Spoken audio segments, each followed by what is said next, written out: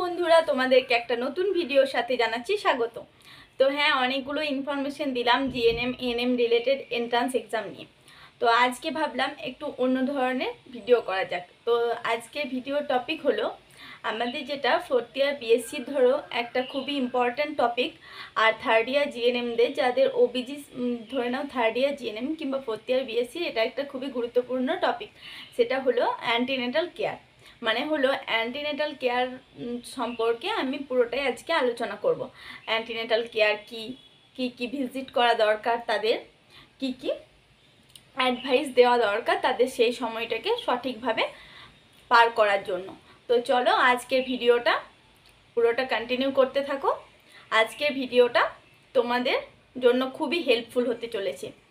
তো চলো, আর আরেকটা কথা বলে রাখি, থার্ড ইয়ার জিএনএম কিংবা ফোর্থ ইয়ার বিএসসি এই টপিকের ওপরে আমি নোটসও তৈরি করেছি। আমি লাস্টে তোমাদেরকে নোটসটা শেয়ার করে দেবো, চাইলে তোমরা সেখান থেকেও নোটসটা নিয়ে নিতে পারবে। তো চলো আর বেশি বক বক না করে ভিডিওটা স্টার্ট করা যাক। প্রথমেই বলি অ্যান্টিনেটাল কেয়ার কি।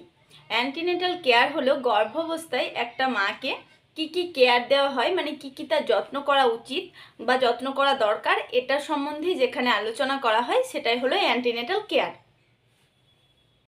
গর্ভাবস্থায় কি কি ভিজিট করা দরকার।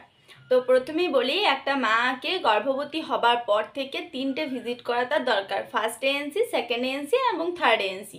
এএনসি মানে হলো তোমার অ্যান্টিনেটাল কেয়ার।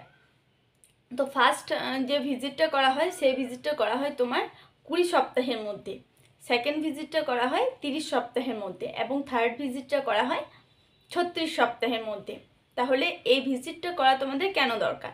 এই ভিজিটটা করা হলে তোমরা জানতে পারবে তোমাদের হিমোগ্লোবিন কেমন আছে, বা তোমাদের রক্তে আর কোন পরিমাণটা বেশি আছে বা কম আছে, তোমাদের ওয়েট কত আছে, হাইট কত আছে, এবং তোমাদের ফিটাস মানে যেটা ধরো ভ্রূণের অবস্থান জানতে পারবে। তো এই কারণে তোমার প্রথম থেকে শেষ পর্যন্ত সবকটা তোমার চেক আপই করানোর দরকার আছে। চলো এবার একটা মেন টপিকে আসা যাক, মানে একটা গর্ভবতী মাকে কি কি অ্যাডভাইস দেওয়া দরকার, যেগুলো তাদেরকে ফলো করা দরকার একটা সুস্থ বাচ্চা পাওয়ার জন্য।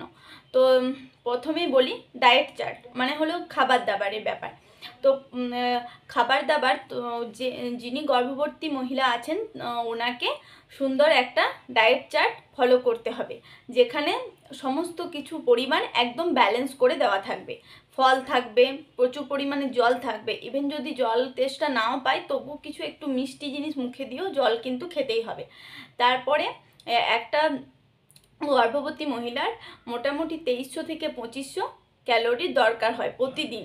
তাহলে সেখানে তাকে 3 টাইম ফুল মিল খেতে হবে, মানে ভারী খাবার খেতে হবে, আর 2 টাইম স্ন্যাক্স টাইপের বা চা টাইপের কিছু খেলেও চলবে।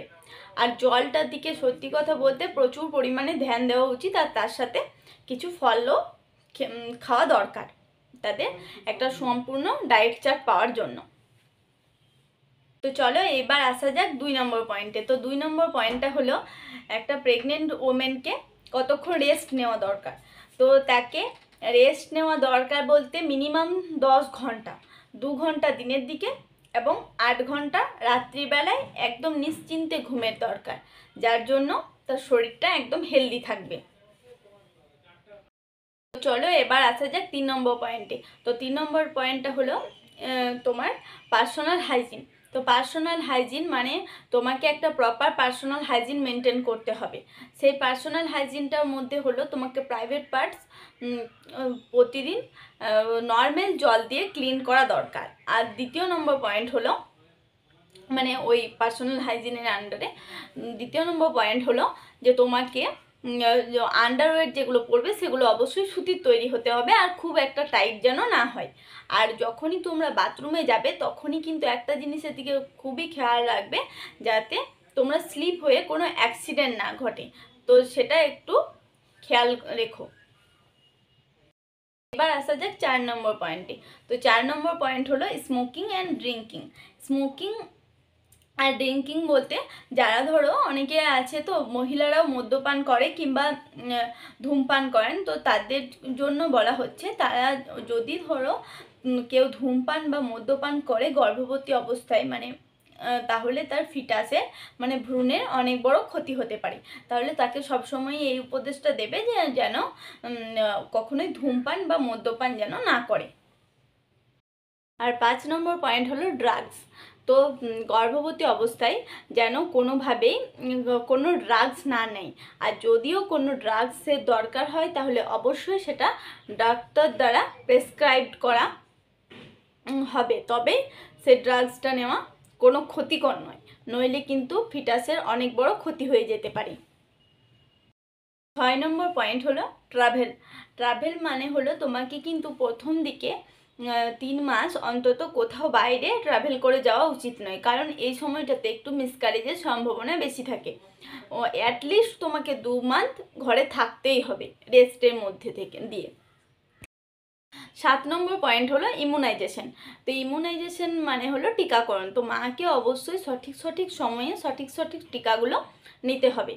এখানে মেনলি দেওয়া হয় টিটেনাস টক্সয়েডটাই, আর তারই আবার বুস্টার ডোজটা। তো যেগুলোই দেওয়া হয় সেগুলোই তোমাদেরকে সঠিক সময় মেনটেন করে নিতে হবে।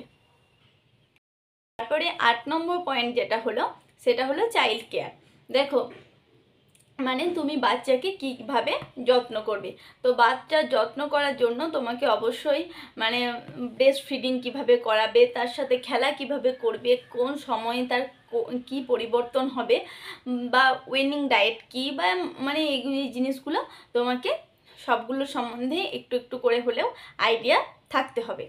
বা এগুলো তুমি কিভাবে আইডিয়া পাবে না, তুমি হয়তো কোনো ভিডিও দেখলে বা তোমাদের যে কার্ড দেওয়া হয় সেই কার্ডে দেখবে লাস্টের দিকে যে পেজগুলো থাকে সেই কার্ডের পেজগুলোতে সমস্তগুলো ছবি আঁকার পর এদিকে লেখা থাকে, সাইডে ছবি আঁকা থাকে, সুন্দরভাবে বোঝানো থাকে। তো তোমরা সেগুলো পড়লেও অনেকটা আইডিয়া পেয়ে যাবে। প্রেগনেন্সির সময়ে এই রুলসগুলো কিন্তু অবশ্যই ফলো করা দরকার, কারণ এই রুলসগুলো ফলো করলে তোমার আর কোনো প্রবলেম থাকার কথা নয়, কারণ এখানে মোটামুটি পুরোটা নিয়ে আলোচনা করা হয়েছে। তো চলো এবার পর একটু নোটগুলো তোমাদের সাথে শেয়ার করে দেওয়া যাক। পুরো নোটটাই সুন্দরভাবে শেয়ার করার চেষ্টা করছি। দেখবে এখানে যেটুকু আলোচনা করলাম তার থেকে আরও অনেকটা বেশি ক্লিয়ার করে, মানে আরও অনেকটা বেশি ডিটেলসে লেখা আছে। এই যে পরপর আমি দেওয়ার চেষ্টা করছি, আশা করি তোমাদেরও বুঝতে অসুবিধা হবে না।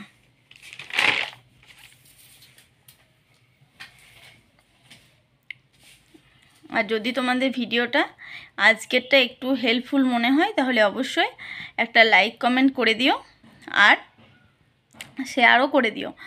আর আরেকটা কথা বলে রাখি, এরপরে যদি তোমরা তোমাদের পছন্দের কোনো টপিকের ভিডিও চাও তাহলে আমাকে অবশ্যই কমেন্টে জানিও, আমি সেই মতো করে ভিডিও দেবার চেষ্টা করব। কারণ আমি ভাবলাম এটা আমাদের এমনিও পড়াশোনার মধ্যেও রয়েছে, আবার এটা নিয়ে আলোচনা করলে অনেকে হয়তো উপকৃত হবেন, ওই কারণে আমি এই টপিকটার ওপরে আজকে ভিডিওটা বানিয়ে দিলাম। তাহলে আজকের মতো বাই, দেখা হচ্ছে নেক্সট কোনো ভিডিওতে।